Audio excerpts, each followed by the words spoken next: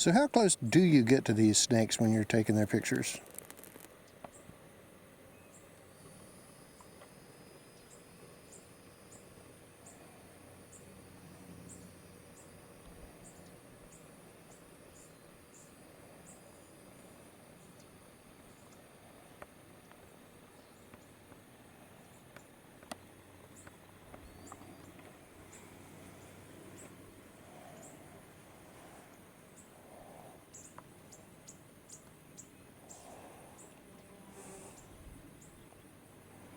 Well, usually, if I'm out in the swamps, they won't let me get this close.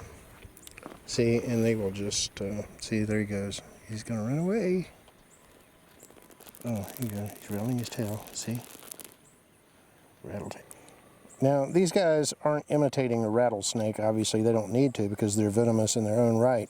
In fact, no snake that vibrates its tail is imitating a rattlesnake. Tail vibration is a very widespread behavior in a lot of different snake families, even in places in the world where there are no rattlesnakes. So why would you be imitating rattlesnakes where none exist? It's just a pretty logical kind of thing to do with your tail. Snakes have a real shortage of appendages, if you haven't noticed. So, you know, you make do with what you have, and so they have come up with a lot of different uses for that tail, which is like just about their only appendage. Are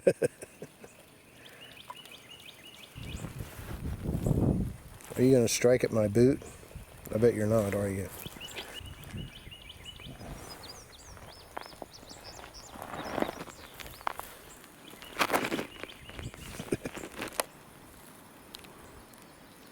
Most of the time, they don't let me get this close, but every now and then I catch one crossing the road and just can't resist getting a few close-up shots. And plus, I just still have this idea that one of these days I might be able to succeed in getting one to chase me.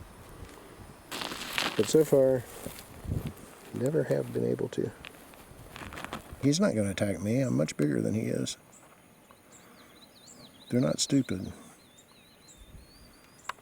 He's handsome though, isn't he? I can get really close, see? I might just put my camera actually right up to him. And he doesn't care.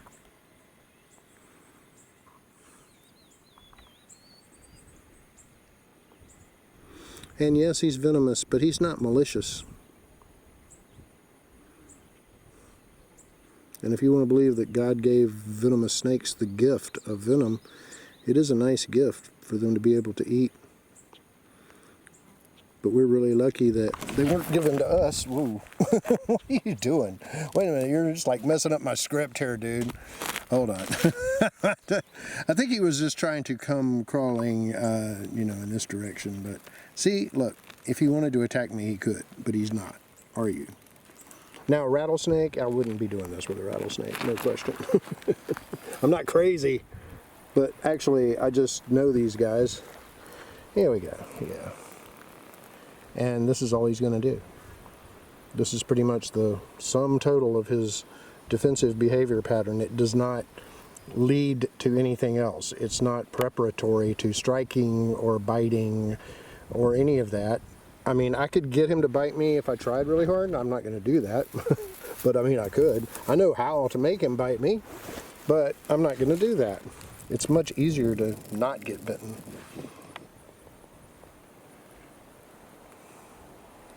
This is called a voluntary dental exam. Do you know how to not get bitten by one of these snakes? Just do this. Take one big step back. And if that's not enough, take 2 steps back, but that's enough. 1 is enough. You know, I'm more than fine now. As you saw, I was sitting right there with him and he didn't come near me. Hey, buddy.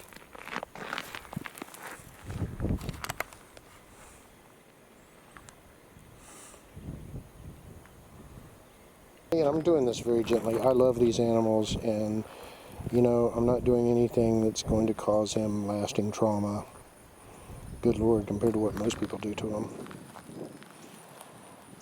The idea is that I want people to see that these are not horrible monsters.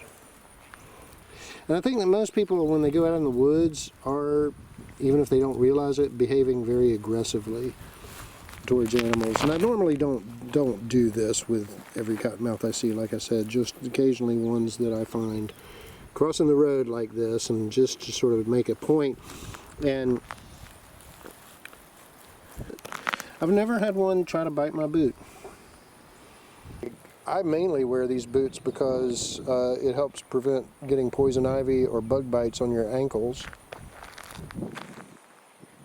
So, you know, they're good things to wear out here. But this snake's not going to bite my boots because the boots don't smell like anything to bite. And they probably aren't as warm as my barefoot, even though sometimes boots get just as hot in the hot sun. These black boots can get very hot, so that's not it either. I mean, these snakes aren't idiots. They don't want to pick a fight with a person. They don't want to attack a person. That's just all in people's heads. You're getting tired of this, aren't you? I'm afraid that I've worn out my welcome, and you probably don't enjoy my company as much as I enjoy yours. I'm sure. You just want to get back in the ditch and go find more muddy catfish to eat and help keep our waterways clean of dead and dying catfish, which we greatly appreciate. And you are a cool snake, found only here in the southeastern United States. The awesome cottonmouth water moccasin, the world's only really aquatic viper species. And they're not really adapted to an aquatic lifestyle, like in terms of, I mean, their body's not really flattened, you know, laterally like a sea snake or something. They do have, the shape of their head I think really helps, and has their eyes are set higher on the head, which probably makes it easier for them to see when they're in the water. But these guys seem to be aquatic more through just sheer dogged determination, force of will almost. They are just willfully aquatic. They have made use of the aquatic environment because all of us know, at least those of us who like to go out looking for critters and creatures out in the fields and streams, that that's where you find the most stuff, is along a waterway, along streams. That's where you're going to find the most frogs and fish and salamanders, crayfish, and all the stuff that eats those things. Turtles, snakes, raccoons, otters. You know, you find all the cool stuff along waterways. That's where the greatest diversity of life is going to be. So you have the aquatic and terrestrial lifestyles coming together along a stream.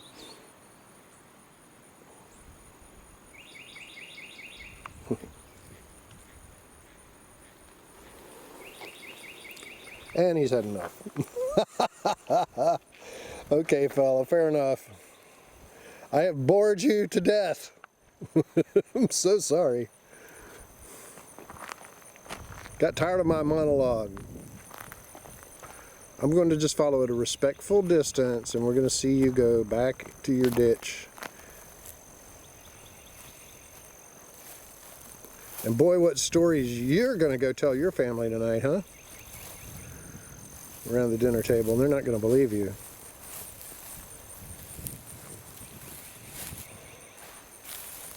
But it's true. Because people do chase moccasins.